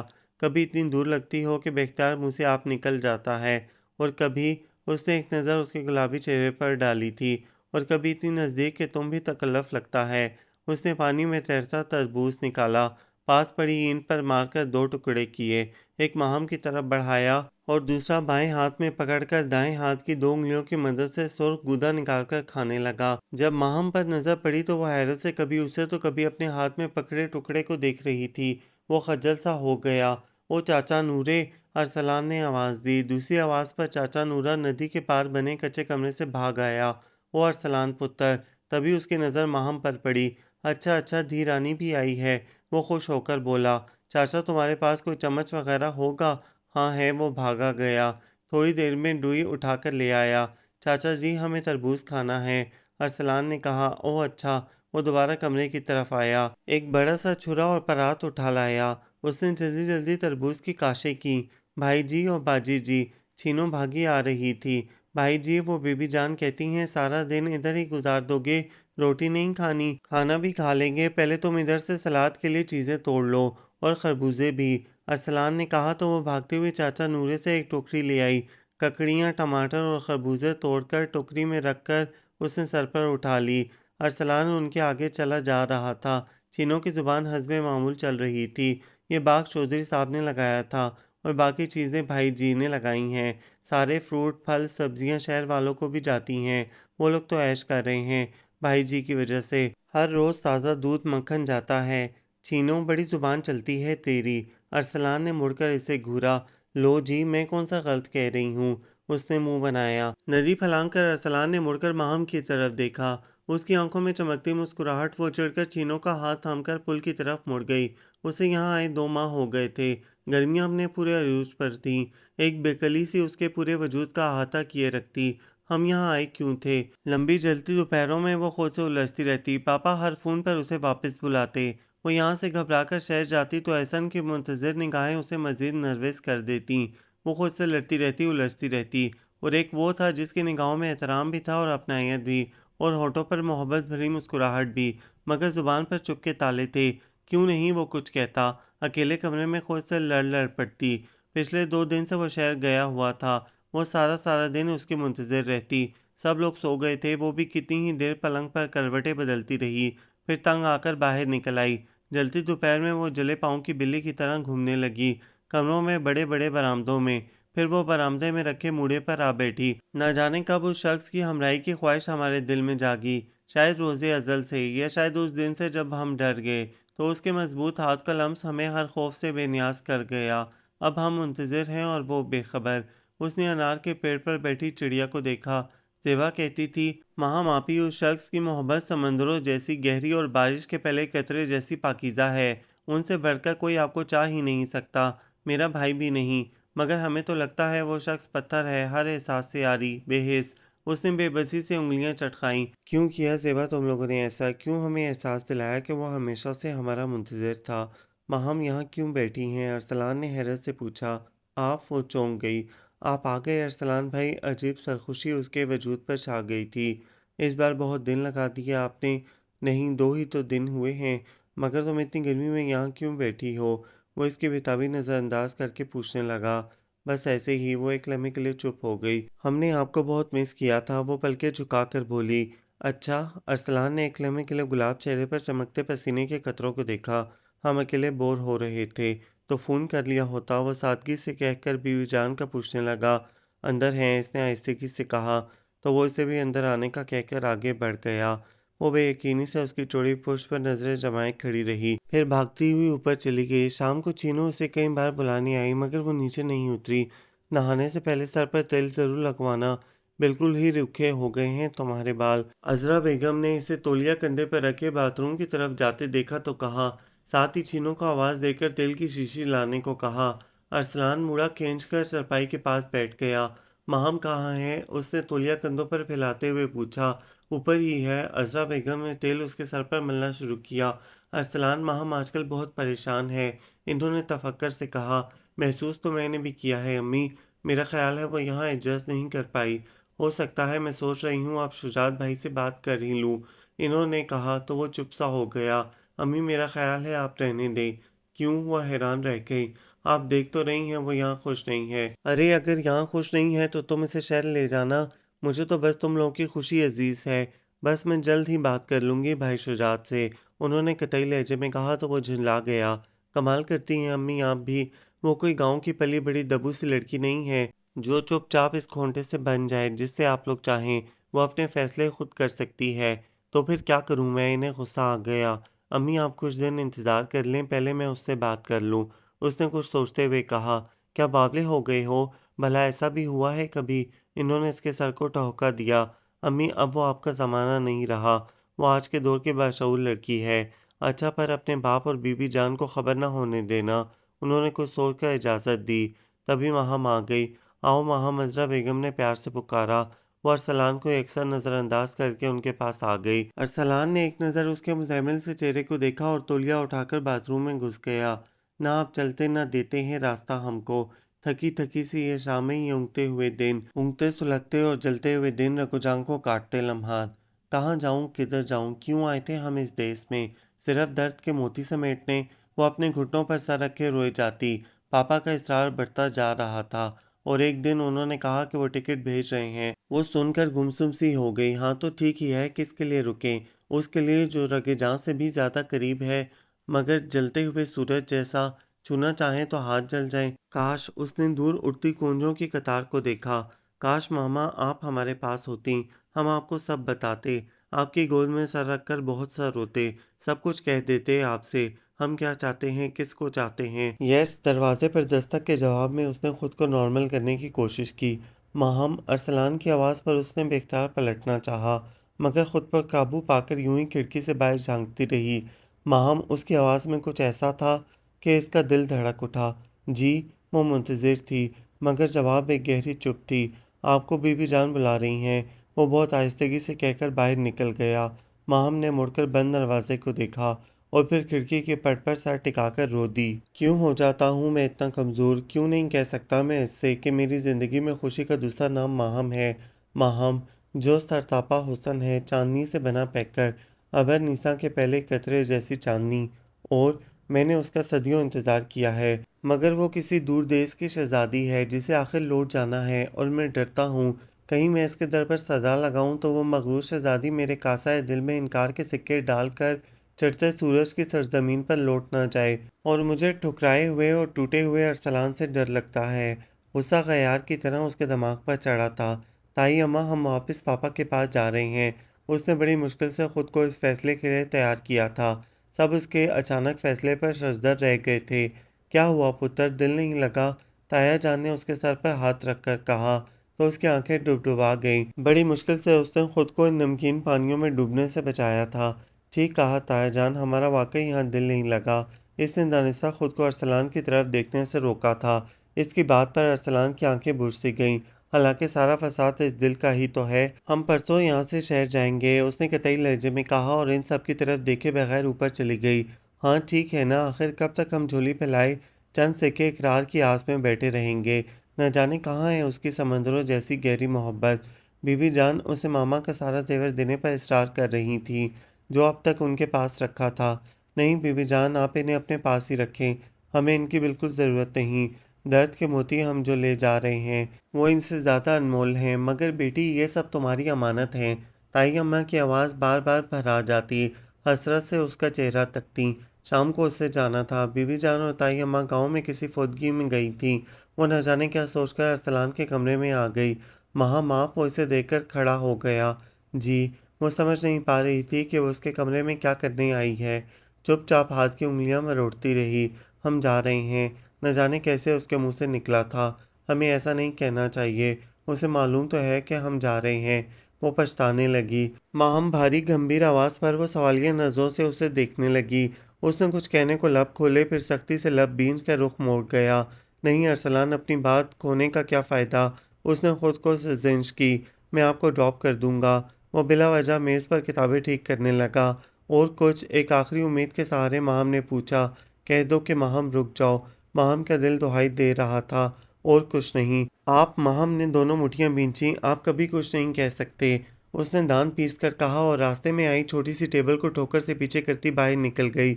और वो यूं ही खड़ा उसकी बात पर गौर करता रहा। बाजी जी, क्या कर रही हो? छीनो ने उसे अफरा तफरी में सामान समेटते देखकर परेशानी से पूछा। हम जा रहे हैं। उसने गुस्से में सब ठूंस ठांस कर जिप बंद की।